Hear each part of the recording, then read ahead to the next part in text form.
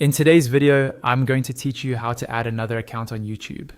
Adding a second or even third account can be really helpful.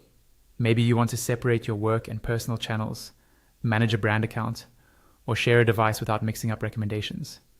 Whatever your reason, the process is quick and straightforward, and I'll walk you through each step in detail. First, open your web browser and go to the YouTube website. Make sure you're signed into at least one Google account already, because we'll be switching from that existing account to add a new one. Once the page loads, you should see your YouTube dashboard with the home feed, sidebar, and all the usual options. Now, look up to the top right corner of the screen. You should see your profile icon there. This might be your initial, a custom picture, or a default avatar. Click on that profile picture.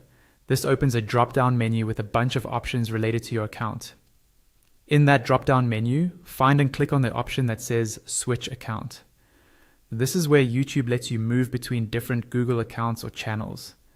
If you've never added another account before, you might only see your current one listed.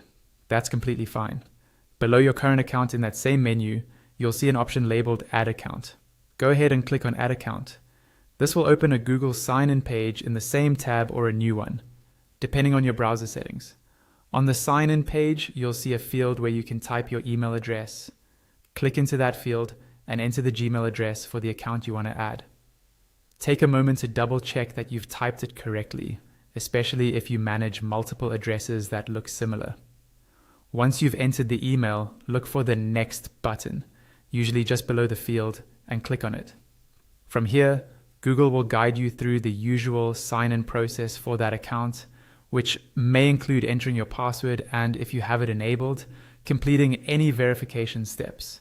After you finish signing in, you'll be taken back to YouTube, now with that new account added to your Switch Account menu.